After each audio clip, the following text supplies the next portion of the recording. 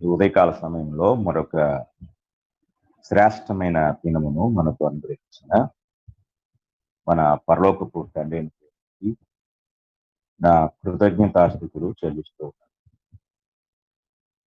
అలాగే దేవుని వాక్యమును వినుటకు సిద్ధంగా ఉన్నాను. ప్రియులందరికీ కూడా నా హృదయపూర్వకమైన వందనములు తెలియజేస్తున్నాను. ప్రియమైన వారులారా, మనము గడిచిన పాఠంలో మనము వాక్యమును గూర్చి ధ్యానించాము. వాక్యం ఎలా వినాలి అనే సంగతులు మనం ధ్యానించాము. అయితే ఈరోజు ఆరాధనలో మరొక భాగమైన ప్రభురాత్రి భోజనం గురించి మనము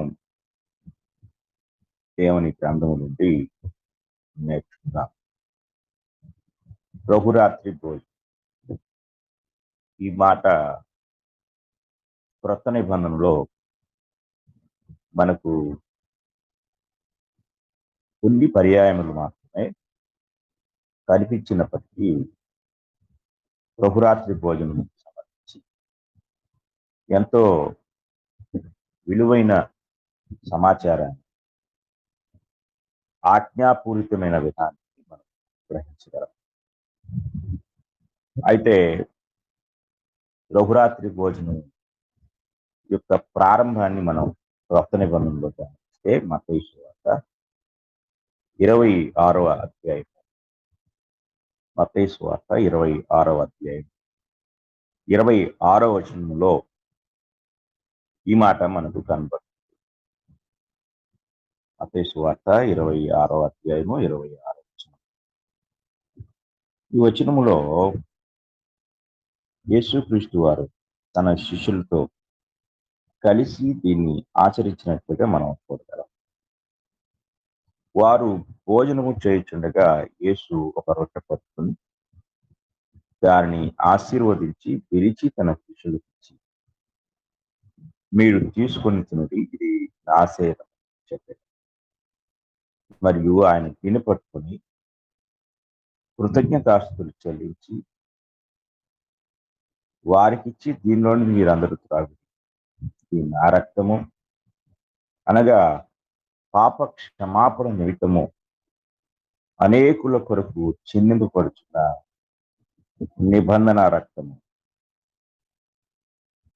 నా తండ్రి రాజ్యములో మీతో కూడా నేను ఈ ద్రాక్ష రసము క్రొత్తదిగా త్రాగు దినము వరకు ఇకను దాన్ని త్రాగనని మీతో చెప్పుచున్నాను. ఇలాగా మొట్టమొదటిగా మత్తయి సువార్తలో ఈ యొక్క సందర్భాన్ని క్రొత్త నిబంధనలో మనము మొట్టమొదటిగా చూడవచ్చు. ఆ తరువాత మనము మార్కు సువార్త 14వ అధ్యాయంలో, అలాగే లూకా సువార్త 22వ అధ్యాయం, ఇలాగ మనము 3 సువార్తల్లో కూడా ఈ యొక్క సందర్భాన్ని చూడగలం. అయితే ప్రభురాత్రి భోజనాన్ని గురించి మనకు ఉపయోగించబడిన మాటలు లేక ఉపయోగించబడిన పదాలు మనం జాగ్రత్తగా పరిశీలించినట్లయితే నేటి కాలంలో పిలువబడుతున్న విధానానికి, బైబిల్లో చెప్పబడుతున్న విధానానికి సంబంధం లేని విధంగా ప్రభురాత్రి భోజనం పిలువబడటం అనేది మనం చూస్తూ ఉంటాం. ప్రభురాత్రి భోజనము అనేది మనకు అది రాత్రి జరిగిన సంఘటనను కూర్చి రాత్రి భోజనము అని, అలాగే అది ప్రభువే వారికి అప్పగించారు కాబట్టి ప్రభువు రాత్రి భోజనం అని పిలువబడింది. ఇంకా మనము పౌలు యొక్క రచనల్లో చూసినట్లయితే ఆయన దాన్ని ప్రభు బల్ల అన్నాడు. ప్రభు బల్ల. ఇది మనకు ఈ రెండు మాటలే కనపడతాయి ఎక్కువగా. ప్రభు రాత్రి కోసం, ప్రభు బల్ల. ఇది మనకు కొరింథీయులకు రాసిన మొదటి పత్రిక 10వ అధ్యాయము 21వ వచనంలో ఈ విధంగా మనకు కనపడుతుంది. మీరు ప్రభు పాత్రలోకి, దయ్యముల పాత్రలోకి కూడా త్రాగనేరు. ప్రభు బల్ల మీద ఉన్న దానిలో, దయ్యముల బల్ల మీద ఉన్న దానిలో కూడా పాలు పొందనేరు. ఇది ఇక్కడ మనకి ప్రభు బల్ల అని కనపడుతుంది. ప్రభువు రాత్రి భోజనము, ప్రభువు బల్ల అనే మాటలు మనకి కనపడుతుంటాయి. అయితే దురదృష్టం ఏంటంటే ఈనాడు దీనిని అనేక మంది ఏమని పిలుస్తున్నారంటే సంస్కార ఆరాధన అని కొందరు పిలుస్తున్నారు. సంస్కార ఆరాధన. మరికొంతమంది సంస్కారం, ఈరోజు మేము సంస్కారంలో పాల్గొనబోతున్నామండి అని. మరికొంతమంది దీన్ని సంస్కార ఆరాధన అని పిలుస్తున్నారు. ప్రభు సంస్కారం అని కొందరు, సంస్కార ఆరాధన అని కొందరు, ఇలాగా రకరకాల పేర్లతో మరికొంతమంది బల్లారాధన అని కూడా పిలుస్తారు. ప్రియమైన వారులారా, మనము బైబిల్లో ఉన్న విషయాలను గురించి, ఆ పేర్లను గురించి మాట్లాడేటప్పుడు మొట్టమొదట ఆ పేరు బైబిల్లో ఉందా లేదని గ్రహించాలి. బైబిల్లో లేని పేర్లతో పిలవటం అనేది బైబిల్ని అవమానించడం, ఆ యొక్క కార్యక్రమాన్ని అవమానించడం అవుతుంది. కనుక ఎవరో పిలుస్తున్నారని, లేక మా సేవకుడు అలా పిలిచారండి, లేక మా మినిస్ట్రీలో అలా అంటారండి, కాదు. మీ మినిస్ట్రీ కంటే, మీ సేవకుని కంటే,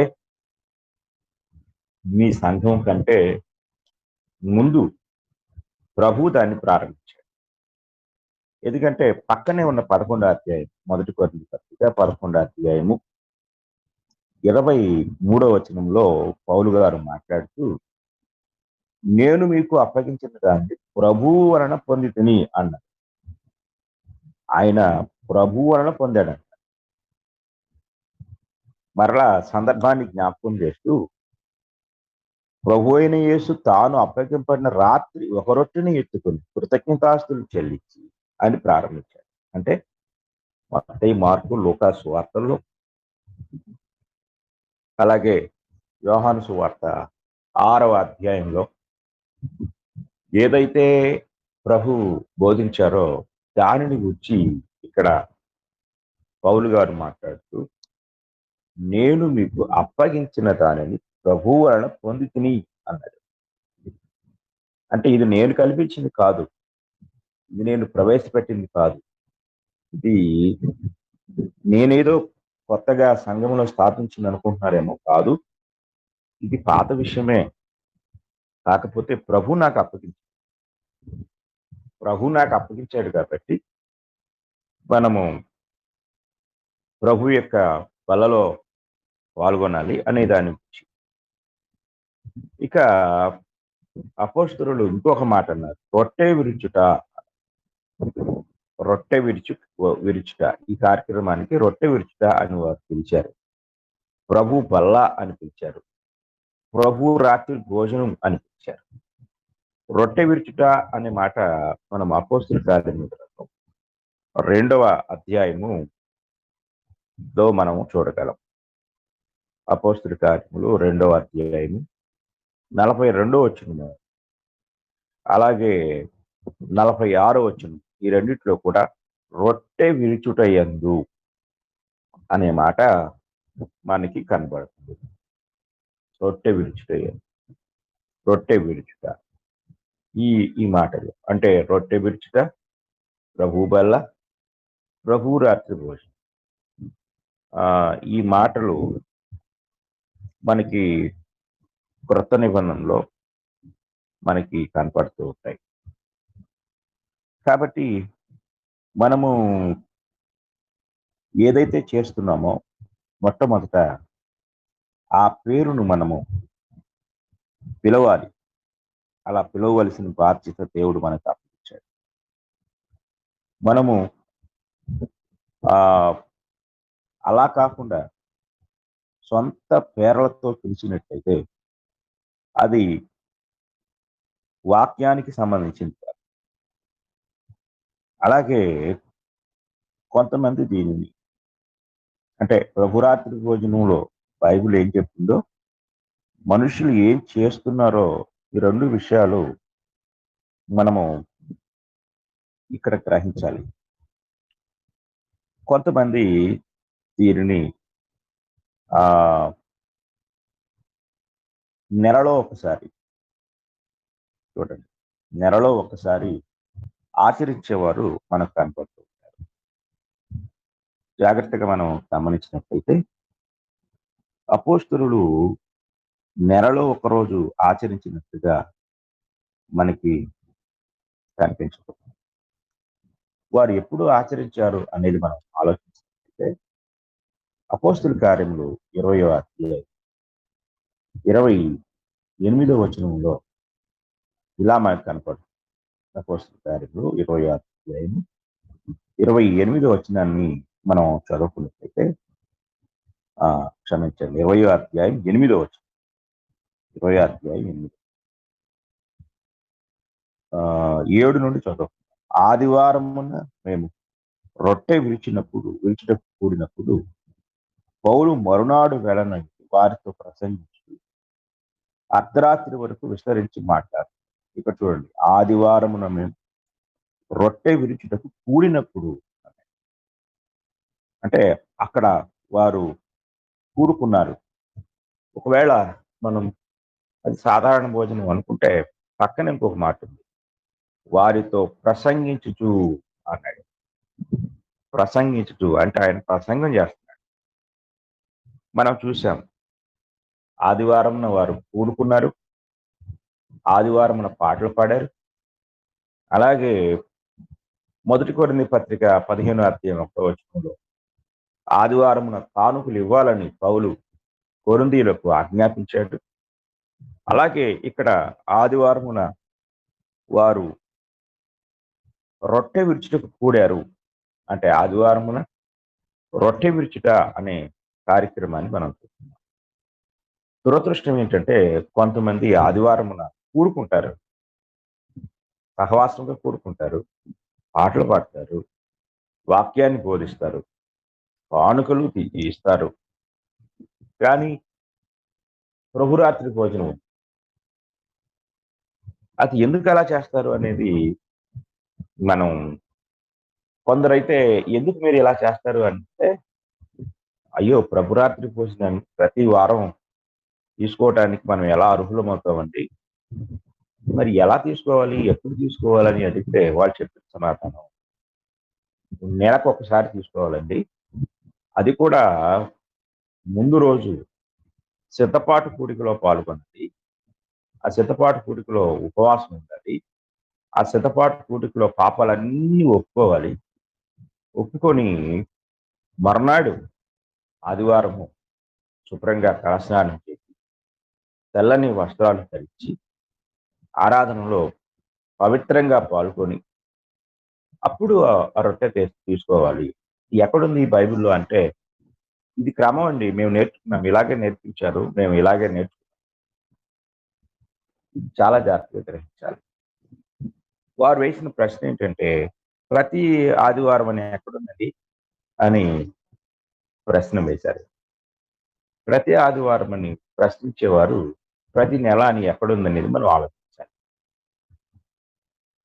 ఒకవేళ ప్రతి ఆదివారం అనేది మనం ఆలోచించినట్లయితే ఇక్కడ 7వ వచనంలో ఆదివారం అంటే ఇక ఆదివారం ఎన్నిసార్లు వస్తుందో అన్నిసార్లు. ఎందుకంటే మనము బ్యాంకు దగ్గరికి వెళ్తే అక్కడ సెలవు దినాలు ఉంటాయి, ఆదివారం సెలవు అంతే. కానీ అక్కడ ప్రతి ఆదివారం అనే మాట, ప్రతి అనే మాట అక్కడ ఉండదు. ఎందుకంటే ఆదివారం అంటే వారంలో నెలలో ఎన్ని వారాలు వస్తాయి, సంవత్సరంలో ఎన్ని వారాలు వస్తాయి అవి సెలవు. కాబట్టి ఇక్కడ ఆదివారం రొట్టె విరుచుట కంటే నువ్వు ఆదివారం ఎప్పుడొస్తే ఇంగ్లీష్‌లో అయితే చాలా చక్కగా ఈ మాట ఉంది. ఇంగ్లీష్‌లో ఏముంటుందంటే the first day of the week. The first day of the week అంటే వారములో మొదటి దినం. వారములో మొదటి దినం. తెలుగులో ఆదివారం ఉంది. వారం యొక్క మొదటి దినం. First day of the week. వారం యొక్క మొదటి దినం. వారంలో మొదటి దినం ఎప్పుడొస్తే ఆ రోజు మనం రొట్టె విరవాలి. ఈ విషయాన్ని చాలా మంది గ్రహించారు. ఎందుకు ఆ రోజే రొట్టె విరవాలి అనేది మనం గ్రహించినట్లయితే ఆ ఆదివారానికి ఉన్న విశిష్టత మనం జాగ్రత్తగా పరిశీలన చేసినప్పుడు మొట్టమొదటిగా అది పునరుద్ధాన దినం. మొట్టమొదటిగా అది పునరుద్ధాన దినము అనే సంగతి మనం గ్రహించాలి. పునరుద్ధాన దినానికి సంబంధించి మత్తయి సువార్త 28వ అధ్యాయము 1వ వచనంలో విశ్రాంతి దినము గడిచిపోయిన తర్వాత ఆదివారమున అన్నాడు. విశ్రాంతి దినం అనగా శనివారము, తర్వాత వచ్చేది ఆదివారం. ఆదివారమున ప్రభువు సమాధిలో నుండి లేచి మనకు నిరీక్షణ తీసుకొచ్చిన దినం. సర్వ మానవాళికి కూడా మనిషి చనిపోయి తిరిగి లేస్తాడు అనడానికి ఒక గొప్ప ఆశ, ఒక గొప్ప నిరీక్షణ ఇచ్చిన దినము ఆ రోజు. మార్క్స్ వార్త 16వ అధ్యాయము 1వ వచనంలో కూడా విశ్రాంతి దినము గడిచిపోగానే మగ్దలేని మరియు యాకోబు తల్లిని మరియు సలోమయు వచ్చి ఆయనకి పూయవల్లని సుగంధ ద్రవ్యములు కొన్నది. వారు ఆదివారమున పెందలకడ లేచి బయలుదేరి సూర్యోదయమైనప్పుడు సమాధి ఎదురు పోస్తుండగా ఆదివారమున పెందలకడ చాలా జాగ్రత్త. ఆ తర్వాత మనము లూకాసు వార్త 24వ అధ్యాయం 1వ వచనాన్ని చదువుకున్నట్లయితే అక్కడ కూడా ఈ మాట కనిపిస్తుంది. ఆదివారమున తెల్లవారుచుండగా ఆ స్త్రీలు తాము సిద్ధపరిచిన సుగంధ ద్రవ్యములను తీసుకుని సమాధి ఎదుకు వచ్చి అనే మాట లూకా సువార్తికుడు ఆ విషయాన్ని అక్కడ రాస్తారు. ఇక యోహాను సువార్తకు వస్తే 20వ అధ్యాయం 1వ వచనంలో యోహాను సువార్త 20వ అధ్యాయం 1వ వచనంలో ఈ మాట ఆదివారమున ఇంకను చీకటిగా ఉన్నది. మగ్దలేని మరియ పెందలకడ సమాధి ఎదుకు వచ్చి సమాధి మీద ఉన్న రాయి తీయబడినట్టు చూశారు. కాబట్టి ఈ 4 సువార్తికులు 4 సువార్తలలో ప్రభువు పునరుద్ధానము ఆదివారము అనే సంగతిని స్పష్టంగా తెలియజేశారు. కనుక ఒకటి అది పునరుద్ధాన దినం. రెండవది అపోస్తుల కార్యం 2వ అధ్యాయము మనం చదువుకున్నట్లయితే పెంతెకొస్తను పండుగ దినము అనగా ఆదివారం. ఎందుకంటే దీనికి లేవి కాండం 23వ అధ్యాయం 15వ వచనంలో లేవి కాండం 23వ అధ్యాయము 15వ వచనాన్ని మనం చదువుకున్నట్లయితే ఆ యొక్క 15వ వచనంలో ఈ మాట మనకి కనపడుతుంది. 15వ వచనాన్ని మనం చదువుకున్నట్లయితే అక్కడ వారముల పండుగ అనే మాట మనకి కనపడుతుంది. వారములు అంటే ఆ యొక్క విశ్రాంతి దినము నుండి లెక్కించితే మరలా విశ్రాంతి దినం వరకు వారు 50 వారాలు దాన్ని లెక్కించాలి. పెంతెకొస్తు అన్న మాటకి అర్థం 50 అర్థం. పెంతెకొస్తు పండుగ అంటే 50వ రోజు పండుగ. అంటే వారు కోత కాలంలో ఆ యొక్క హార్వెస్ట్ సీజన్ ప్రారంభమైనప్పుడు వారు ఆ యొక్క విశ్రాంతి దినాన్ని ప్రారంభించి అలాగా 49 విశ్రాంతి దినాలు ఆ పండుగను ఆచరిస్తారు. ఆ పండుగలో లాస్ట్ రోజు, చివరి రోజు పెద్ద పండుగ, అంటే ఫైనల్ ముగింపు 50వ రోజు ఆదివారం. అంటే విశ్రాంతి దినము అయిపోయిన తర్వాత ఆదివారము ప్రతి యూదుడు కూడా యెరూషలేములో ఎక్కడున్నా సరే, ప్రపంచంలో ఎక్కడున్నా సరే యెరూషలేముకు రావాలి. ఎందుకంటే చూడండి, ఇక్కడ 5వ వచనం ఇలా చెప్తుంది. ఆ కాలమున ఆకాశము క్రింద నుండి ప్రతి జనములో నుండి వచ్చిన భక్తి గల యూదులు యెరూషలేములో కాపురం జరిగి ఆకాశము క్రింద ఎన్ని జనాంగాలు, ఎన్ని దేశాలు ఉన్నాయో అన్ని దేశాల్లో యూదులు చెదిరిపోయారు. చెదిరిపోయిన యూదులు వారు పెంతెకొస్తు పండుగకి తప్పకుండా రావాలి. ఎందుకంటే దేవాలయంలో వారి యొక్క జనాభా లెక్క రిజిస్టర్ ఉంటుంది. ఆ రిజిస్టర్ లో వాళ్ళు తమ పేర్లు నమోదు చేసుకోవాలి, హాజరు వేసుకోవాలి. ఒకవేళ రాని వారు జనాభాలో నుండి కొట్టివేయబడతారు. అంటే వాళ్ళు చనిపోయినట్టు లెక్క. వారు కొట్టివేయబడ్డారంటే వాళ్ళు పౌరసత్వం రద్దు అవుతుంది. అంటే ఇక యెరూషలేముకు వారు రావటానికి యెరూషలేములో ఉన్న వాళ్ళ ఆస్తులతో ఇక వాళ్ళకి సంబంధం. కాబట్టి దేవుడు నిర్గమకాండంలో, సంఖ్యాకాండంలో, ద్వితీయోపదేశ కాండంలో 3 పుస్తకాల్లో వారికి సంవత్సరమునకు ముమ్మారు నీ పురుషులందరూ యెహోవా సన్నిధిని కనబడవలను, వారు వట్టి చేతులతో రాకూడదు అని దేవుడు ఆజ్ఞ ఇస్తాడు. కనుక ముమ్మారు 3 పండుగలు ఉన్నాయి. పస్కా పండుగ, అలాగే ఈ యొక్క వారముల పండుగ, అలాగే పర్ణశాలల పండుగ. ఈ పండుగలలో వారు ప్రభు యొక్క సన్నిధిలో వారు పాల్గొనాలి, వారి ప్రభువును వారు ఆరాధించాలి. కనుక వారు ఆ పండుగకు రావాలి ఖచ్చితంగా. కనుక ఆదివారమున వాగ్దానం చేయబడిన పరిశుద్ధాత్మ దేవుడు ఆ రోజు కుమ్మరించబడ్డాడు. యేసుక్రీస్తు వారు ఆయన తన శిష్యులకు వాగ్దానం చేశాడు. యోహాను సువార్త 14 అధ్యాయం 15, 16 అధ్యాయాల్లో పరిశుద్ధాత్మను గురించి ఆయన వారికి వాగ్దానం చేశాడు. ఒకసారి మనం ఆ సందర్భాన్ని కూడా జ్ఞాపకం చేసుకుందాం. యోహాను సువార్త 14 అధ్యాయము మొట్టమొదటిగా చదువుతున్నాను. 14 అధ్యాయంలో యేసుక్రీస్తు వారు తన శిష్యులతో మాట్లాడుతూ 16 వచనములో ఆయన చెప్పాడు, నేను తండ్రిని వేడుకొని మీ యొక్క ఎల్లప్పుడూ ఉండుటకై ఆయన వేరొక ఆదరణకర్తను అనగా సత్య స్వరూపిక ఆత్మను మీకు అనుగ్రహించు. ఇది శిష్యులకు ప్రభువుకు జరుగుతుంది సంభాషణ. ఇది 14 అధ్యాయం 1వ వచనం. అందులో ఆయన అంటాడు, నేను నా తండ్రి ఇంటికి వెళ్ళిపోతున్నాను, మీకు స్థలం సిద్ధపరచడానికి నేను వెళ్ళాను.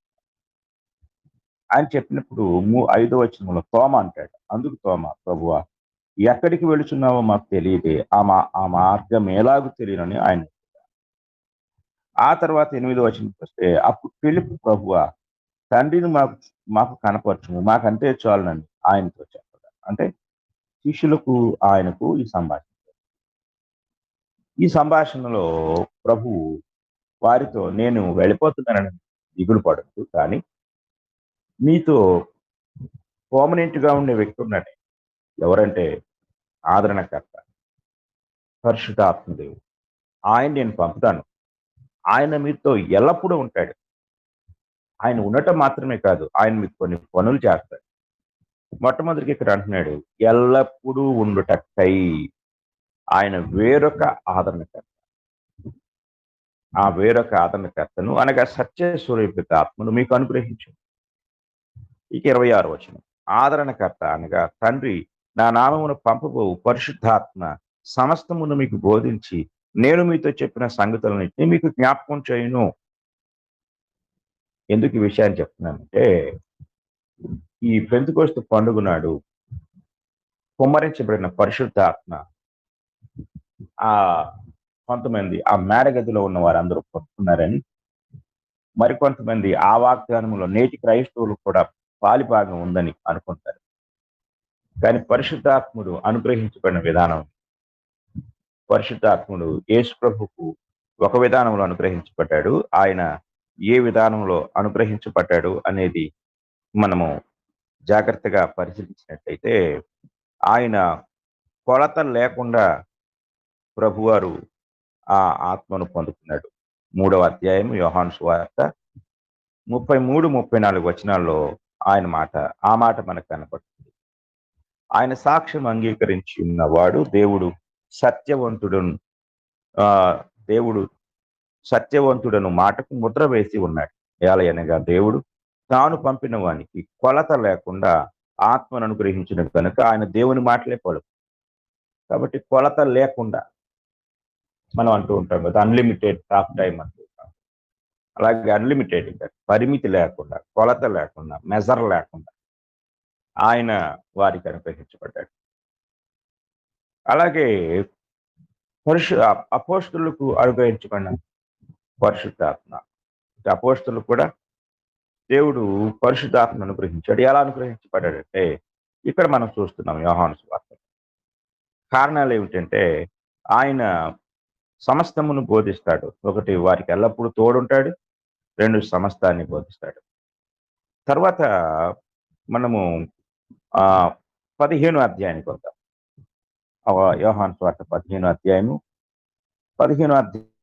26 వచనంలో తండ్రి యొద్ద నుండి మీ యొద్దకు నేను పంపబోవు ఆదరణకర్త అనగా, తండ్రి యొద్ద నుండి బయలుదేరు సత్యస్వరూపైన ఆత్మ వచ్చినప్పుడు ఆయన నన్ను గురించి సాక్ష్యం ఇచ్చింది. అలాగే 16 అధ్యాయం 7వ వచనంలో నేను వెళ్ళని యెడల ఆదరణకర్త రాడు, నేను వెళ్తేనే ఆదరణకర్త వస్తాడని చెప్తూ 8వ వచనంలో ఆయన వచ్చి పాపమును గూర్చియు, నీతిని గూర్చియు, తీర్పును గూర్చియు, లోకమును ఒప్పుకొన చేయును అని చెప్తాడు. ఆ తర్వాత మనము ఇలాగా అపోస్తలులకు పరిశుద్ధాత్మను గూర్చి ఆయన వాగ్దానం చేస్తూ లూకాసు వార్తలో కూడా ఆయన ఆరోహణమైన తర్వాత వారికి పరిశుద్ధాత్మను గుర్చిన వాగ్దానాన్ని తెలియజేస్తాడు. 24వ అధ్యాయం 49వ వచనంలో ఇలా చెప్తాడు, ఇదిగో నా తండ్రి వాగ్దానం చేస్తే నీ మీదికి పంపుతున్నాను, మీరు పైనుండి శక్తి పొందు వరకు పట్టణంలో నిలిచి ఉందని వారితో చెప్పాను. వారితో అనగా చెప్పాను. అలాగే అపోస్తుల కార్యముల గ్రంథము మనము 1వ అధ్యాయం కూడా చూసినట్లయితే అపోస్తుల కార్యముల గ్రంథం 1వ అధ్యాయంలో అక్కడ 8వ వచనం ఇలా చెప్తాడు, ఆయనను పరిశుద్ధాత్మ మీ మీదికి వచ్చినప్పుడు మీరు శక్తి నొందురు గనుక మీరు యెరూషలేములోను యూదయ సమరయ దేశంలో బూదిగంతముల వరకు నాకు సాక్షులైందురని వారితో చెప్పారు. అలాగే 5వ వచనం కూడా చూస్తే యోహాను 4వ వచనం చదువుతున్నాం. లూకాసు అపోస్తుల కార్యములు 1వ అధ్యాయం 4, 5 వచనాలు. ఆయన వారిని కలుసుకుని ఇలా ఆజ్ఞాపించారు, మీరు యెరూషలేము నుండి వెళ్ళక నా వలన వినిన తండ్రి యొక్క వాగ్దానం కనిపెట్టుడి. యోహాను నీళ్లతో బాప్తిసం ఇచ్చిన కానీ కొద్ది దినముల్లోగా మీరు పరిశుద్ధాత్మలో బాప్తిసం పొందిరండి. కాబట్టి అపోస్తలులు ఆ రోజే పరిశుద్ధాత్మ పొందుతున్నారు. అంటే పెంతెకోస్తు రోజు, పెంతెకోస్తు ఆదివారం, అంటే ఆదివారం పునరుద్ధాన దినము, పరిశుద్ధాత్మ కుమ్మరించబడిన దినము ఆదివారము. ఆదివారమున మనం చూసినట్టయితే సంఘ స్థాపన జరిగింది. అంటే పేతురు ఆ పరిశుద్ధాత్మ పొందుకున్నవాడై ఆయన బోధించిన తర్వాత వారు 41వ వచనం, అపోస్తలుల కార్యం 2వ అధ్యాయం 41వ వచనంలో, కాబట్టి అతని వాక్యం అంగీకరించిన వారు బాప్తిస్మం పొందిరి, ఆ దినమందు ఇంచుమించు 3000 మంది చేర్చబడింది. అంటే పరిశుద్ధాత్మ యొక్క రాకతో, పరిశుద్ధాత్మ కుమ్మరింపుతో, పరిశుద్ధాత్మను పొందిన పేతురు బోధతో, బోధ విన్నవారు లోబడుట ద్వారా 3000 మంది బాప్తిస్మం పొందారు. అలా బాప్తిస్మం పొందినప్పుడు వారు ఆ యొక్క దినానే చూడండి, మనకి తర్వాత కనపడుతుంది 42వ వచనంలో, వీరు అపోస్తలుల బోధ యందు సహవాసమందును రొట్టె విరుచుట యందు ప్రార్థన చేయుచుందని ఎడతెగరు. కాబట్టి మనము గ్రహించినట్లయితే పరిశుద్ధాత్ముడు ఈ లోకానికి వాగ్దానం చేయబడిన పరిశుద్ధాత్ముడు దిగి వచ్చిన దినము ఆదివారము, ప్రభువు లేచిన దినము ఆదివారము, సంఘము కూడుకున్న దినము ఆదివారం, సంఘం స్థాపించబడిన దినము ఆదివారం, సంఘము రొట్టె విరిచిన దినము లేక అపోస్తలులు రొట్టె విరిచిన దినము ఆదివారం. ఇన్ని ప్రశస్తమైన సంగతులు ఆదివారానికి ఉన్నాయి. అలాగే కానుకలు ఇవ్వాలని చెప్పింది కూడా ఆదివారం అని మీకు చెప్పారు. 16వ అధ్యాయం 1 కొరింథీ పత్రిక 1వ వచనంలో కూడా మనకి అక్కడ కనపడుతుంది. కాబట్టి ఎందుకు ఆదివారమున రొట్టె విరవాలి అంటే ఇన్ని ఇన్ని విషయాలు ఆదివారానికి ముడిపెట్టబడి ఉన్నాయి, కనెక్ట్ అయి ఉన్నాయి. ఇది మనం గ్రహించాలి. కనుక నెలలో ఒకరోజు రొట్టె విరవాలి అనే దానికి ఆధారం లేదు, కానీ ఆదివారం రొట్టె విరవాలి అనే దానికి మాత్రం వాక్యాధారం ఉంది అనే సంగతిని నెలలో రొట్టె విరిచేవారు గ్రహించాలి. నెలకు ఒక్కసారి. కొంతమంది ఏం చేస్తుంటారంటే ఆ 31st నైట్ రొట్టె విరిచి వాళ్ళు ఉంటారు. దానికి ఆధారం లేదు. ఇది మనం గ్రహించాలి. చాలా జాగ్రత్తగా మనం పరిస్థితి 31st నైట్ అనేది వాక్యానుసారమైన విషయం కాదు. ఎందుకంటే 31st అనేదాన్ని మనం గమనిస్తే ఇది సార్వత్రికంగా జనవరి 31st అనేది ప్రపంచంలో అందరూ కూడా సంవత్సర ముగింపు దినంగా భావిస్తుంటారు. కానీ కొన్ని మత సంబంధమైన క్యాలెండర్లు ఉన్నాయి. మీరు గమనించినట్లయితే యూదుల మత సంబంధమైన క్యాలెండర్ ఉంటుంది. వారి యొక్క సంవత్సరాంత చివరి రోజు జనవరి నెల కాదు, జనవరి 31 కాదు. అలాగే హిందువులకు ఒక క్యాలెండర్, అది మనం చూసినట్లయితే ఉగాది అనేది సాధారణంగా ఫిబ్రవరి మార్చి ఆ నెలలో అది అప్పుడప్పుడు తేదీలు మారుతూ వస్తూ ఉంటుంది. అది వాళ్ళకి సంవత్సరాది. ఒకవేళ మార్చి నెలలో ఏ తారీఖు అయితే ఉగాది వస్తుందో దానికి ముందు రోజు సంవత్సరాంతపు చివరి రోజు. ఒకవేళ మనం భారతదేశ క్యాలెండర్ ఫాలో అయితే మనం ఆ రోజు రొట్టె విరవాలి. యూదుల క్యాలెండర్ను ఫాలో అయితే యూదులకు ఒక క్యాలెండర్ ఉంది. వాళ్ళ సంవత్సరాది ఎప్పుడు ప్రారంభమవుతుందో దాని ముందు రోజు మన రొట్టె విరవాలి. ఎందుకంటే చివరి రోజు కాదు. చివరి రోజు రొట్టె విరవాలనుకుంటే యూదుల క్యాలెండర్ని బట్టి ఏ రోజు చివరి రోజు వస్తే ఆ రోజు రొట్టె విరవాలి. అలాగే హిందువుల క్యాలెండర్ బట్టి చూస్తే మన దేశంలో చైత్రం, వైశాఖం, జ్యేష్టం, ఆషాఢం ఇలాగే చదువుకుంటూ వస్తే చివరి నెల ఏదో వస్తుందో చివరి రోజు ఏదో వస్తుందో ఆ రోజు రొట్టె విరవాలి మన క్యాలెండర్ ప్రకారం. అలాగే ముస్లింల క్యాలెండర్. కాబట్టి ఇలాగా బౌద్ధులకు క్యాలెండర్, మత సంబంధమైన క్యాలెండర్లు ఉంటాయి. ఏ మతానికి ఆ మతం. కాబట్టి ఇది వాక్యానికి సరిపోతుంది. కాబట్టి జనవరి అనేది ఇంగ్లీష్ క్యాలెండర్, బ్రిటిష్ వాళ్ళు కనిపెట్టారు. కాబట్టి అది వాళ్ళ క్యాలెండర్. ప్రస్తుతం ప్రపంచం అంతా ఆ క్యాలెండర్ అనుసరిస్తున్నప్పటికీ కూడా మత సంబంధమైన క్యాలెండర్తో పోల్చుకుంటే జనవరి లెక్కలోకి రాదు. కనుక ఇలాగా మనము సంవత్సరాంతాన రొట్టె విరవాలనే దానికి వాక్యాధారం లేదు. ఇది మనం గ్రహించాలి. ఆ తర్వాత ఇంకా మనం పరిశీలన చేసినట్లయితే కొంతమంది ఈ యొక్క గుడ్ ఫ్రైడే నాడు రొట్టె విరిచే వాళ్ళు ఉన్నారు. నేను పనిచేస్తున్న ఒక స్థానిక సంఘానికి ఎదురుగానే ఒక సంఘం ఉంది. వారు ఇది ఎవరు ఆచరించరు, మనమే ఆచరిస్తాము. ఎందుకంటే ప్రభువారు రాత్రి, ఆయన అప్పగించబడిన రాత్రి ఆయన రొట్టె విరిచారు. మనం కూడా రొట్టె విరవాలి. అలాగైతే ప్రభువారు ఆయన గురువారం ఆయన రాత్రి అంటే శుక్రవారం రాత్రి రొట్టె విరిచాడంటే గురువారం 5 గంటల తర్వాత శుక్రవారం ప్రారంభం అవుతుంది కాబట్టి ఆయన అప్పుడు రొట్టె విరిచారు. మరి ఒకవేళ అలా అనుకుంటే మనం శుక్రవారం రొట్టె విరవాలి. ఒకవేళ రొట్టె విరిస్తే ప్రతి శుక్రవారం విరవాలి. మరలా అక్కడ తేడా చేయకూడదు. కనుక ప్రభువారు ఆచరించిన దినాన్ని మనం లెక్కలోకి తీసుకుంటే ఆయన రాత్రి విరిచాడు కాబట్టి మనం కూడా ఖచ్చితంగా రాత్రే విరవాలి. ఇంకొక విషయాన్ని గమనించితే ఆయన మేడ గదిలోనే విరిచాడు కాబట్టి మేడ గదిలోనే విరవాలి. మరొక విషయం ఏంటంటే పస్కా రోజు ఆయన రొట్టె విరిచాడు. అంటే పస్కా అది వాళ్ళంతా కూడుకుంది పస్కా పండుగ.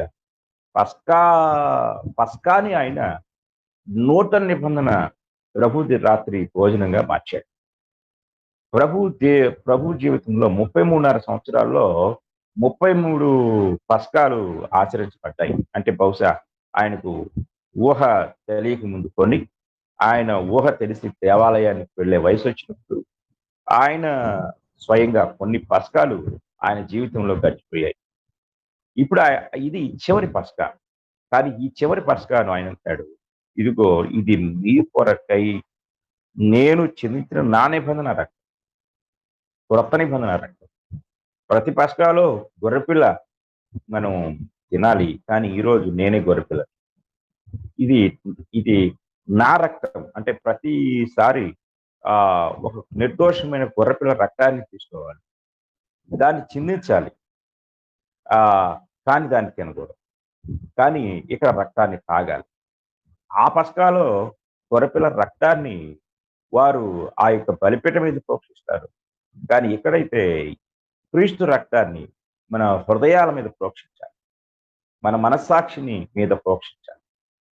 కాబట్టి అక్కడ ఆయన పాత నిబంధన నుండి క్రొత్త నిబంధనకు డైవర్ట్ చేస్తున్నాడు, మార్పు చేస్తూ ఉన్నాడు. పాత నిబంధన యాజకత్వం నుండి క్రొత్త నిబంధన యాజకత్వానికి తీసుకొస్తున్నాడు.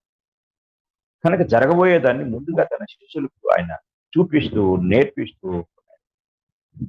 కాబట్టి నేను మీకు అప్పగించిన దాన్ని పౌలు కొరింథీయులకు ఏది అప్పగించాడో అది ఆయన ప్రభువులను పొందాడు అనే సత్యాన్ని వారికి ఆయన బోధిస్తూ ఉన్నాడు. కనుక మనం గ్రహించవలసిన విషయం ఏంటంటే ప్రభురాత్రి భోజనం ఆదివారమున, మొట్టమొదటిగా ఆదివారముననే మనము ఆచరించాలి అనే విషయాన్ని గ్రహించాలి. నేను ఒక విషయాన్ని ఇందాక చెప్తూ నేను దాన్ని కొంచెం మధ్యలో వచ్చేసాను, జ్ఞాపకం చేస్తాను. మరలా నెలలో ఒకసారి ఆచరించేవారు వాళ్ళు చెప్పే విషయం అంటే మనము పరిశుద్ధంగా ఆచరించాలి. అంటే ముందు రోజంతా ఉపవాసం ఉండాలి, అలాగే పాపాలు ఒప్పుకోవాలి అని వాళ్ళు చెప్పడం నేను విన్నాను. అంటే 3 వారాలు పాపం చేసి ఆ తర్వాత 4వ వారంలో ఒప్పుకొని ఆ తర్వాత బలలో పాల్గొంటే ఆ తర్వాత నెక్స్ట్ మరలా తదుపరి నెలలో 3 వారాలు మనం వాయిదా వేసామంటే మరలా 4వ వారంలో ఒప్పుకుంటున్నామంటే అర్థం ఏంటి? ఇలా సంవత్సర కాలం అంతా పాపం చేస్తూ 3 వారాలు పాపం చేస్తూ 4వ వారం ఒప్పుకుంటూ 3 వారాలు పాపం చేస్తూ 4వ వారం ఒప్పుకుంటూ అంటే ఏం చేస్తున్నాం మనం? పాత నిబంధన ఆరాధన చేస్తాం. పాత నిబంధనలో వాళ్ళకి శాశ్వతమైన బలి అర్పించబడలేదు. వాళ్ళు ఏం చేస్తున్నారు అంటే ఆ యొక్క ప్రతి ఆ సంవత్సరం అంతా కూడా వాళ్ళు పాపం చేస్తూ ఉంటారు, మరలా బలి అర్పిస్తారు. పాపం చేస్తున్నారు, బలి అర్పిస్తున్నారు, పాపం చేస్తున్నారు, బలి అర్పిస్తున్నారు. అంటే పాప నివారణకు శాశ్వత పరిష్కారం లేదు. కానీ క్రొత్త నిబంధన అలా కాదు. పాపములకు బలి ఒక్కసారి అర్పించబడింది, అది మనం గ్రహించాలి. పాపములకు బలి ఒక్కసారి అర్పించబడింది, మరలా అర్పించబడలేదు అనే సత్యాన్ని మనం గ్రహించాలి. కనుక వాక్యాన్ని మనం ఆలోచన చేసినట్లయితే ప్రభు యొక్క బలలో పాల్గొని ఇక్కడ ఈ విషయాన్ని స్పష్టంగా గ్రహించాలి. ప్రభు బలలో నువ్వు పొందుతున్నప్పుడు ఎందుకు పాల్గొంటున్నావు? పాపాల కోసమా? ఎందుకు పాల్గొనాలి? 11వ అధ్యాయం 24 వచనం. చాలా మంది పాపాలు పోగొట్టుకోవడానికి బలలో పాల్గొంటున్నాం అనుకుంటున్నారు. పాపాలు పోగొట్టుకోవడానికి బలలో పాల్గొనమని పౌలు చెప్పలేదు, ప్రభు చెప్పలేదు. ప్రభు చెప్పిన విషయం ఏంటి? నన్ను జ్ఞాపకం చేసుకో. చూడండి 24 వచనం, 1 కొరింథీ పత్రిక 11వ అధ్యాయం 24 వచనము. దానిని విడిచి ఇది మీ కొరకైన నా శరీరము, నన్ను జ్ఞాపకము చేసుకున్నకై దీనిని చేయడని చెప్పాను. ఎందుకు? ప్రభు యొక్క శరీరము ఈ రొట్టె తీసుకోగానే నీ కొరకు ప్రభు పొందిన శ్రమలు జ్ఞాపకం చేసుకోవాలి, ప్రభు పొందిన అవమానం జ్ఞాపకం చేసుకోవాలి. కనుక మనము ప్రతి వారము ఇందులో పాల్గొనడం ద్వారా, ప్రతి పునరుత్థాన దినాన్ని పాల్గొనడం ద్వారా మనము ఆరాధనలో ప్రభు త్యాగాన్ని, ప్రభు చేసిన బలియాగాన్ని, ప్రభు పొందిన శ్రమలు, ప్రభు పొందిన అవమానము, ప్రభు మరణం, ప్రభు సమాధి, ప్రభు పునరుత్థానం, ఇవన్నీ జ్ఞాపకం చేసుకోవాలి. అలాగే రెండో విషయం ఏంటంటే జ్ఞాపకం చేసుకునటం ఇందులో ఒక ప్రముఖమైన విషయం అయితే, జ్ఞాపకం చేసుకునేవాడు యోగ్యముగా అంటున్నాడు.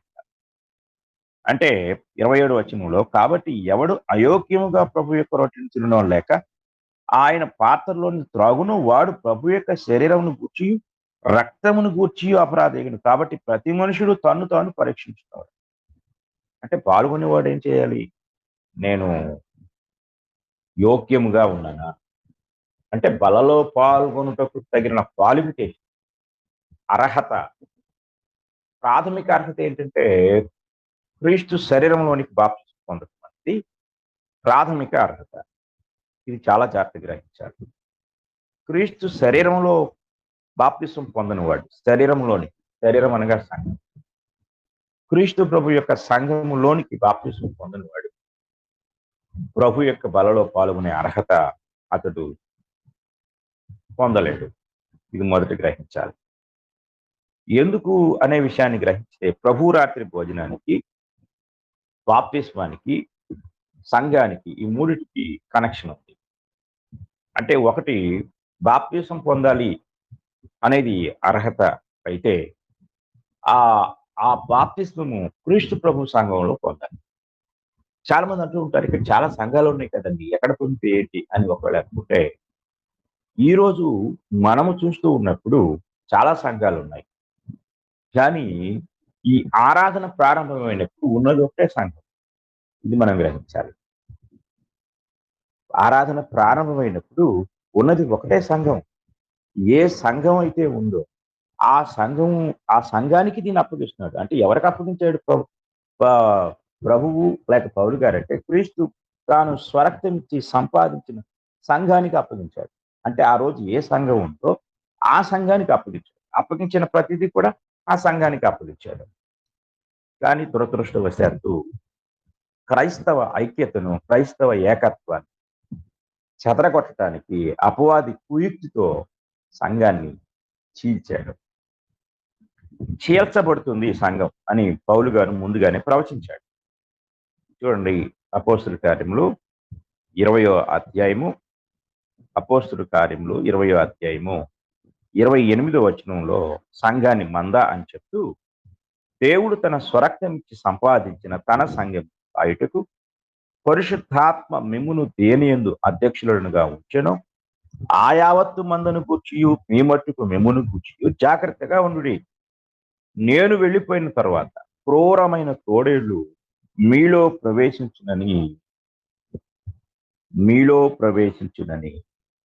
అంటే సంఘంలోనే ప్రవేశిస్తాయి తోడేళ్లు.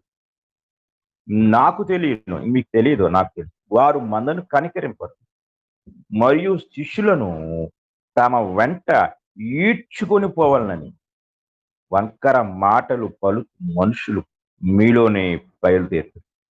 అంటే ఆ అపోస్తుల కాలంలో ఉన్న సంఘంలో నుండే తోడేళ్ల లాంటి వ్యక్తులు బయలుదేరతారు. వాళ్ళు మందను చీల్చుతారు, వాళ్ళు మందను కనికరింపరు, వాళ్ళు క్రూరమైన వారు. కాబట్టి ఇది నాకు తెలుసు ముందుగానే. కాబట్టి మీరు ఏం చేస్తారు? జాగ్రత్తగా ఉండండి. ఒకటి, ఆ యావత్తు మందను గూర్చి మీ మట్టుకు మిమ్మును గూర్చి జాగ్రత్తగా ఉండండి. జాగ్రత్త అని పౌలు ఎంతో స్పష్టంగా అపోస్తలుల కాలము నాటి క్రీస్తు ప్రభు సంఘానికి హెచ్చరించాడు. దురదృష్టవశాత్తు ఆయన ప్రవచనం నిజమైంది. సంఘము మొదటి శతాబ్దం వరకు ఐక్యంగానే ఉంది. యెరూషలేములో స్థాపించబడి అక్కడ నుండి యోదయ, అలాగే సమరయ, గలిలయ, అక్కడి నుండి అంటే పాలస్తీనా దేశం దాటి అంతియొకయ, ఈకొనియ, లుస్త్రా, ఎఫెసి, ఫిలిప్పి, కొలసి, గలతీయ ప్రాంతాలు, మాసిదోనియా ప్రాంతాలు, ఇంకా అలాగే ఆయా ప్రాంతాల్లో ఉన్న రోమా క్రైస్తవులు, అలాగే రోమపట్నంలో ఉన్న క్రైస్తవులు, ఇలాగా చిన్నాసియా ప్రాంతం అంతా కూడా సంఘము విస్తరించినప్పటికీ ఒకే సంఘముగా, ఒకే ఆరాధనను అనుసరించిన సంఘంగా, ఒకే ఆరాధన క్రమాన్ని అనుసరించిన సంఘంగా, ఒకే బాప్తిస్మాన్ని అనుసరించిన సంఘంగా, ఒకే పేరుతో పిలువబడిన సంఘముగా ఉంది. కానీ 2, 3, 4 శతాబ్దాలు గడిచే కొద్దీ సంఘములోనికి బయట ప్రపంచం ప్రవేశించింది.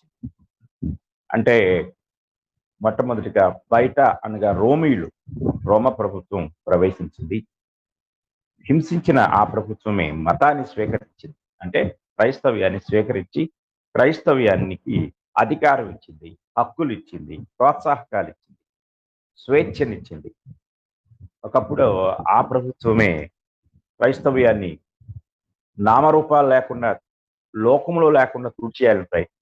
కానీ ఆ తరువాత అదే ప్రభుత్వము క్రైస్తవ్యాన్ని స్వీకరించి క్రైస్తవ్యానికి అధికార మతం అంటే ప్రతి దేశంలో అధికార మతం, మన దేశంలో అధికార మతం, అలాగే ఇస్లాంలో ముస్లిం మతం, అలాగే చైనా, జపాన్ అలాంటి దేశాల్లో బౌద్ధం అధికార మతం, ఇలాగ రకరకాల అధికార మతాలు. అలాగా రోమా ప్రభుత్వము ఆ అన్యమతం అధికార మతంగా ఉండేది, అది అంతరించిపోయి క్రైస్తవ్యము అధికార మతంగా వచ్చింది. దాంతో ప్రజలకు మితిమీరిన స్వేచ్ఛ వచ్చింది, కల్పిత బోధలు వచ్చాయి, అబద్ధ బోధకులు వచ్చారు, అబద్ధ ప్రవక్తలు వచ్చారు, అబద్ధాలు అనేవి ప్రవేశించి సంఘము ఒరిజినాలిటీ కోల్పోయింది, సంఘము రూపాన్ని కోల్పోయింది. అనేక కల్పిత పద్ధతులు, చిలకరింపు బాప్తిస్మం, అలాగే పండుగల ప్రవేశం, క్రిస్మస్, ఈస్టర్, అలాగే ఇలాంటి పండుగల ప్రవేశం, ఇంకా రకరకాలు కొత్తవి అంటే అపోస్తుల కాలంలో లేని అనేక ఆచార వ్యవహారాలు ప్రవేశించి ఆఖరికి సంఘము శాఖోపశాఖలుగా చీలిపోతూ అది చీలిపోయే కొన్ని పేర్లు మారిపోయాయి, అలాగే క్రమం మారిపోయింది, అన్ని మారిపోయాయి. ఈరోజు మనం చూస్తా ఉన్నాం. కనుక మనం గ్రహించవలసిన విషయం ఏమిటంటే, ఈరోజు మనము ఈ ప్రభురాత్రి భోజనం కూడా ఇలా మార్పు చెందడానికి అంటే కారణం ఏమిటి అంటే, మార్పు చెందటం అంటే ప్రతి ఆదివారము అనేది బైబిల్ మనకు చెప్తా ఉంది. వారంలో, నెలలో ఒకసారి, 3 నెలలకు ఒకసారి, 6 నెలలకు ఒకసారి, క్రిస్మస్ రోజు, అలాగే ఈస్టర్ లేక గుడ్ ఫ్రైడే రోజు, ఈస్టర్ రోజు, ఇలాగా ఎవరికి నచ్చినట్టుగా, ఎవరికి తోచినట్టుగా ప్రభు బలలో పాల్గొనే క్రమము సంఘాలు మారిపోయే కొద్దీ, పేర్లు మారిపోయే కొద్దీ సంఘం కాస్త మినిస్ట్రీగా రూపాంతరం చేస్తుంది. ఇలాగ ఎన్నో రూపాలు ఒరిజినాలిటీ కోల్పోయి మారిపోయే కొద్దీ పద్ధతులు మారిపోయాయి. ఇది మనం జాగ్రత్తగా గ్రహించాలి. కనుక దేవుని వాక్యాన్ని మనం జాగ్రత్తగా పరిశీలన చేసినట్లయితే ఇక్కడ మనం చూస్తున్న ఈ ఒరిజినల్ రూపం ఏంటంటే, క్రీస్తు ప్రభు సంఘానికి పౌలు అప్పగించాడు. క్రీస్తు ప్రభు తన శిష్యులకు అప్పగించాడు. ఆ శిష్యులు ఆయన సంఘానికి అప్పగించారు. ఆయన సంఘంలో దాన్ని ఆచరించారు. కనుక క్రొత్త నిబంధనలో కనపడుతుందంతా క్రీస్తు స్థాపించిన సంఘానికి మాత్రమే అప్పగించబడింది. ఇప్పుడు మనము క్రీస్తు స్థాపించిన సంఘానికి చెందిన వారమై ఉన్నప్పుడు క్రీస్తు అప్పగించిన దానిని నెరవేర్చే అర్హత మొదట మనం. ఈ దురదృష్టం ఏంటంటే, ఈరోజు మీరు ఎక్కడికి వెళ్తున్నారంటే, ఫలానా మినిస్ట్రీ, ఆ మినిస్ట్రీ పేరు బైబిల్లో ఉందా? అసలు మినిస్ట్రీ అనే పదం బైబిల్లో ఉందా? ఉంటే అది ఏ మినిస్ట్రీ? ఇది మనం జాగ్రత్తగా గ్రహించాలి. మినిస్ట్రీ అన్న మాటకు అర్థం పరిచర్య. మినిస్ట్రీ అనే ఇంగ్లీష్ మాటకు అర్థం పరిచర్య. పరిచర్య ఎక్కడ జరుగుతుంది? అపోస్తుల కార్యముల గ్రంథము మనం గమనించినట్లయితే, ప్రారంభ దినాల్లో సంఘము బాగా వేల కొలదిగా ఉన్నప్పుడు అక్కడ పరిచర్య జరిగించేటప్పుడు అపోస్తులకి కొన్ని సమస్యలు వచ్చాయి. కాబట్టి వీళ్ళు ఏం చేస్తున్నారంటే, వాక్యం బోధించడం మాని పరిచర్య చేయడం సరిపోయింది. కనుక వాళ్ళు ఏం చేశారంటే, పరిచారకులను ఏర్పాటు చేసుకున్నారు. ఎక్కడ ఏర్పాటు చేసుకున్నారు? సంఘంలో ఏర్పాటు చేసుకున్నారు. మీరు 6వ అధ్యాయం 1 నుండి 6 వచనాలు చూస్తే, యెరూషలేములో ఉన్న సంఘములో పరిచారకులను ఏర్పాటు చేశారు. పరిచారకులను మినిస్టర్స్ అంటారు. మినిస్టర్, ఈరోజు మనం రాజకీయ నాయకులు మినిస్టర్ గారు అంటాం.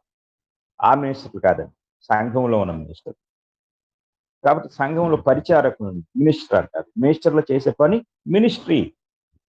కనుక ఎక్కడ పరిచారకులు ఉన్నారు?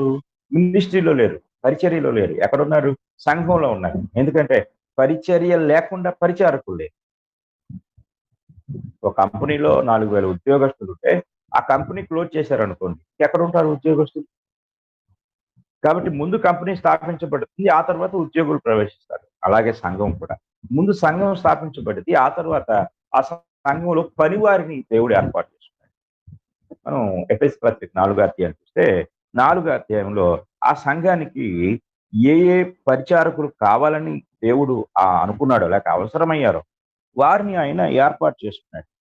4వ అధ్యాయం 13వ వచనం మనం చూస్తే ఎఫెసీ 4:13 పరిశుద్ధులు సంపూర్ణులకు క్రీస్తు శరీరం అనగా క్రీస్తు సంఘం క్షేమాభివృద్ధి చెందుటకు పరిచర్య ధర్మం జరుగుతుంది అనగా మినిస్ట్రీ వర్క్ అన్న పరిచర్య ధర్మం జరుగుటకు ఆయన కొందరిని అపోస్తులు గాను, కొందరిని ప్రవక్తలు గాను, కొందరిని సువార్థికులు గాను, కొందరిని కాపరులు గాను, ఉపదేశకులు గాను నియమించారు. వీళ్ళంతా పనివాళ్ళండి. పౌలు అంటాడు కొరింథీ పత్రిక 1 పత్రిక 3వ అధ్యాయంలో, మేము జత పనివారం మేము సంఘానికి యజమానులం కాదు.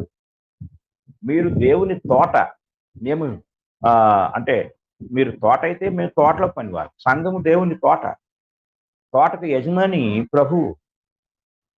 పౌలు లేక అపోస్తలులు లేక ఈనాడు బోధించే బోధకులు, సేవకులు, పాస్టర్లు ఎన్ని పేర్లతో పిలిచిన వీళ్ళంతా ఎవరంటే పనివాళ్ళు. చాలా జాగ్రత్త గ్రహించాలి. కానీ ఈరోజు కొన్ని సంఘాలు మనుషుల పేరుతో పిలువబడుతున్నాయి. ఒకవేళ మనిషి పేరు పెట్టకపోయినా ఏ పేరు పెట్టినా దానికి యజమాని ఎవరంటే ఆయనే. ఇది మా మినిస్ట్రీ స్థాపించినప్పుడు పెట్టాడండి ఈ పద్ధతి. అంటే ఎవరు పెట్టారు ఈ పద్ధతి? మినిస్ట్రీ స్థాపకుడు. చాలా జాగ్రత్త గ్రహించాలి. మినిస్ట్రీ స్థాపకుడు కాదు, ఇక్కడ సంఘ స్థాపకుడు కావాలి. సంఘాన్ని ఎవరు స్థాపించారు? క్రీస్తు ఏ ఆరాధన క్రమాన్ని ఇచ్చాడు, దాన్ని మనం ఆచరించాలి. కనుక ప్రభురాత్రి భోజనంలో మనము పాల్గొనటానికి మొట్టమొదటి కారణము జ్ఞాపకం చేసుకోవాలి. రెండవది ఏమిటంటే యోగ్యత. ఒకటి, క్రీస్తు ప్రభు యొక్క సంఘములోనికి బాప్తిసం పొంది ఉండాలి. రెండవది ఏమిటి అంటే ఇక్కడ ఈ సంఘాన్ని బాప్తిస్మానికి చెప్పాలంటే మనకు చాలా చాలా విషయాలు ఉన్నాయి, చాలా టైం పడుతుంది. కనుక మీకు మన టాపిక్ ప్రభురాత్రి భోజనం కాబట్టి ప్రభురాత్రి భోజనం వచ్చే ఎక్కువ నేను చెప్తాను. కాబట్టి బాప్తిసం పొందాలి, అది క్రీస్తు ప్రభు సంఘంలో బాప్తిసం పొందాలి. ఆ తర్వాత బాప్తిసం పొందిన తర్వాత ప్రతిదినము యోగ్యంగా ఉండాలి. చాలా మంది బోధకులు చేసిన మాయ ఏంటంటే, మీరు 3 వారాలు ఎలా ఉన్నా పర్వాలేదు, ఆ 4వ వారంలో ఆ శనివారంలో సిద్ధపాటు కూడిక మీరు ఉపవాసం ఉండి కన్నీరు విడవండి, ప్రార్థన చేయండి. తెలిసో తెలియకో చేసిన తప్పులు చాలా. సాతాను చేసే మాటలు చూడండి ఎలా ఉంటాయి. తెలిసో తెలియకో, తెలిసి తెలియక కదా, తెలిసి తెలియక. పౌలు అంటాడు తిమోతి 1 పత్రిక 1వ అధ్యాయం 12-13 వచనాల్లో, పూర్వము దోషకుడును, హింసకుడును, హానికరుడునైన నన్ను తన పరిచర్యకు నియమించి నమ్మకమైన వానిగా ఎంచినందుకు మన ప్రభు అయిన యేసుక్రీస్తుకు కృతజ్ఞుడినై ఉన్నాను. తెలియక చేసి కనుక కనికరింపబడి. తెలియక చేసి, తెలిసి చేస్తే ఇంకా కనికరం లేదు, గుర్తుపెట్టుకోలేదు. అంటే 3 వారాలు తెలిసి చేసి అబద్ధాలాడి మోసగిచ్చి లంచాలు తీసుకొని వ్యభిచారం చేసి లేక ఇంకా ఇంకా ఇంకా ఇంకా ఎన్నో చేసి ఎవరున్నారండి మరి అంత నీతిగా అని నీకు నీవే మోసం చేసుకుంటూ ప్రభువును మోసగించాలని ప్రయత్నిస్తే మోసపోకుడి, దేవుడు వెక్కిరింపబడడు. మనుషుడు ఏమి విత్తునో ఆ పంటనే కోయును అనే వచనం గలతీ పత్రిక 6వ అధ్యాయంలో మనకి 5-6 వచనాల్లో కనపడుతుంది. ఆ వచనం ఏం చెప్తుంది మరి? కనుక మనము తలస్నానం, శరీరానికి తలస్నానం అది కాదు శుద్ధి, అది పాత నిబంధనలో శుద్ధి. శరీరానికి తెల్లని వస్త్రాలు అది కాదు శుద్ధి, అది పాత నిబంధనలో శుద్ధి. క్రొత్త నిబంధనలో శరీరంతో ఆరాధించమనలేదు, ఆత్మతో అన్నాడు, మనస్సుతో అన్నాడు, పవిత్రమైన మనస్సాక్షితో అన్నాడు. నీకు పవిత్రమైన మనస్సాక్షి తలస్నానం ద్వారా, తెల్ల బట్టల ద్వారా రాదు, ఉపవాసం ద్వారా రాదు. అలాగైతే పాత నిబంధనలు వాళ్ళు ఉపవాసం ఉన్నారు, మనకంటే బాగున్నారు ఉపవాసం. యోనా గ్రంథంలో నినివే పట్టణస్థులైతే పశువులు మేత మేయకూడదు, మనుషులు కూడా మేత మేయకూడదు, అంటే ఆహారం తినకూడదు, నీళ్లు తాగకూడదు. చూడండి, వాళ్ళు కనీసం మంచినీళ్ళు కూడా తాగటం అని. మనలా ఈనాటి ఉపవాసాలు చేయాలి. ఈనాడు ఉపవాసం ఎలా ఉంటున్నారంటే, మేము భోజనం మానేస్తామండి. కటిక ఉపవాసం. కాకపోతే ఒక గ్లాస్ పాలు తాగుతామండి. లేకపోతే ఒక అరటిపండు తింటామండి. లేకపోతే పళ్ళ రసాలు తాగుతామండి. అంతేగాని భోజనం అసలు చేయమండి. ప్రియమైన వాళ్ళారా, చాలా జాగ్రత్త. నేనైతే రోజుకి ఒక్కసారి భోజనం చేస్తా. మధ్యాహ్నం ఒక్కరోజు భోజనం చేస్తా. ఒక పూటే భోజనం చేస్తా. ఇక రాత్రి భోజనం కూడా చేయను. ఉదయం స్వల్పంగా టిఫిన్ తింటాను. అప్పుడు నేను రోజు ఉపవాసం పెట్టేవాడిని. అది కాదు. అసలు ఉపవాసం అనేది కాదు ఇక్కడ. నీ ఆత్మకు నువ్వు ఉపవాసం పెట్టాలి. నీ మనస్సు ఉపవాసం ఉండాలి. ఉపవాసం అంటే ఏంటి? పస్తు ఉండటం. అంటే నిరాహారం. ఆహారాన్ని త్యజించడం. కాబట్టి శరీరాన్ని ఆహారం లేకుండా ఎలా మనం మార్చుతున్నాము, దాన్ని పస్తుంచుతున్నాము. అలాగే నీ శరీరము పాప పాపపు ఆకలితో ఉంటుంది. దాన్ని నువ్వు ఎండగట్టాలి. పాపపు ఆకలి నుంచి దాన్ని తీసేయాలి. పవిత్రమైన మనస్సాక్షి, పవిత్రమైన ఆత్మ, దీంతో నువ్వు దేవుని ఆరాధించాలి. కనుక మరలా పాత నిబంధన పరిధికి తీసుకెళ్ళి మనుషులను భ్రమలో పెట్టి 3 వారాలు చేసిన పాపాలు ఒక రోజులో, ఒక 2 గంటలు, ఒక 3 గంటలు, ఆ రాత్రి ఉపవాసంలో ఒప్పుకొని మరలా ఒప్పుకున్నావు కదా, మరలా ఎందుకు మళ్ళీ నెక్స్ట్ నెల ఒప్పుకోవాలి? అంటే మరలా చేసావు కాబట్టి ఒప్పుకోవాలి. సామెతల గ్రంథంలోపు అక్కడ సొలొమోను అంటాడు, అతిక్రమములు దాచిపెట్టువాడు వర్ధిల్లడు, కానీ వాటిని ఒప్పుకొని విడిచిపెట్టువాడు కనికరము. ఒప్పుకొని విడిచిపెట్టాలి. బాప్తిస్మంలో మనం పాప స్వభావాన్ని సిలువేయమంటాడు. రోమపత్రిక 6 అధ్యాయం 1 నుండి మీరు చదువుకున్నట్లయితే, సిలువేయండి చంపేయండి, ఉండకూడదు. చచ్చిపోవడం అంటే ఏంటి? అప్పుడప్పుడు చచ్చిపోయిన వాడిని సమాధి చేస్తాం. సమాధి చేసిన వాడు అప్పుడప్పుడు బయటకు వచ్చి అప్పుడప్పుడు లోపలికి వెళ్తా ఉంటాడా? జరగదు కదా అది. లేకుండా పోతాడు. పాప స్వభావం కూడా లేకుండా పోవాలి. అలాగా మనము వాక్యం ద్వారా ప్రతిదినం సాధకం చేయాలి. వాక్యం ద్వారా, ప్రార్థన ద్వారా పవిత్రమైన మనస్సాక్షి, పవిత్రమైన విశ్వాసం, పవిత్రమైన జీవితం. అంతేకాని 3 వారాలు చేసిన పాపాలు ఒకరోజు ఒప్పుకొని మర్నాడు బలలో పాల్గొని నేను పవిత్రంగా పాల్గొన్నానని నువ్వు మోసగించుకుంటూ మర్నాటి నుండి పాపాలు చేస్తూ మరలా 3 వారాల తర్వాత, ఇది ఏ భక్తి అండి? ఈ భక్తికి వాక్య ఆధారం ఏమన్నా ఉందా? కనుక ప్రతి దినము మనం పరిశుద్ధంగా ఉంటూ, అదే యోగ్యత, పరిశుద్ధంగా ఉంటూ పరిశుద్ధ జీవితాన్ని కలిగి ఉంటూ పరిశుద్ధ జీవితాన్ని కొనసాగిస్తూ ప్రభు బలలో పాల్గొనాలి. అందుకోసము ప్రభు వల్ల మనకు అప్పగించబడింది. కనుక ప్రభురాత్రి భోజనం గురించి ఇది మనము ఒకవేళ పరిశీలించుకోవాలంటున్నాడు.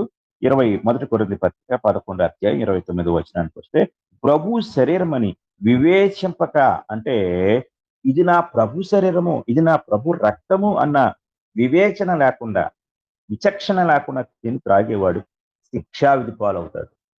శిక్షావిధి కలుగుటే తిని త్రాగుచున్నాడు. ఇందువలన మీలో అనేకులు బలహీనులు, రోగులు అయినారు. చాలా మంది నిద్రించుచున్నారు. కొంతమంది అంటారు, అమ్మో నెలకొకసారే తీసుకోవడానికే మనకు అర్హత లేదండి, వారం ఎక్కడ తీసుకుంటామని. ఏ అర్హత కావాలి? ఏ అర్హతను బైబిల్ చెప్తుంది? ఇది మనం గ్రహించాలి. ఏ అర్హత అంటే, మనము అంటే ప్రతి ఆదివారము రొట్టె తీసుకునే అర్హత మనకు లేదు అని మనం అనుకుందాము. నువ్వు 3 వారాలు బలలో పాల్గొనటం మానేశావు. ఈ మధ్యలో ప్రభు వస్తే అప్పుడు నీకు అర్హత లేదు కదా. అర్హత లేని అయోగ్యమైన జీవితంలో ఉన్నప్పుడు ప్రభు రాకపోతే ఏమవుతావు? గ్రహించాలి మనం. కనుక ప్రియమైన వారులారా, వాక్యంతో సంబంధం లేని విషయాలతో మనం ఎప్పుడు కూడా ఆరాధన చేయకూడదు. వాక్యంతో సంబంధం కాదు, వాక్యానుసారమైన ఆరాధన, వాక్యానుసారమైన కనుక ఈ విషయాలు ప్రతి ఒక్కరు గ్రహించాలని మీకు తెలియజేస్తున్నాను. కనుక ఇంకా చాలా విషయాలు సమయానుకూలతను బట్టి నేను ప్రభురాత్రి భోజనానికి సంబంధించిన ఈ విషయాలను మీకు తెలియజేస్తూ నేటి ఈ పాఠాన్ని నేను చూస్తున్నాను. ఇంతవరకు శ్రద్ధగా విన్న మీ అందరికీ కూడా నా హృదయపూర్వకమైన వందనాలు తెలియజేస్తూ ఈ మాటలు ముగిస్తూ ఉన్నాను.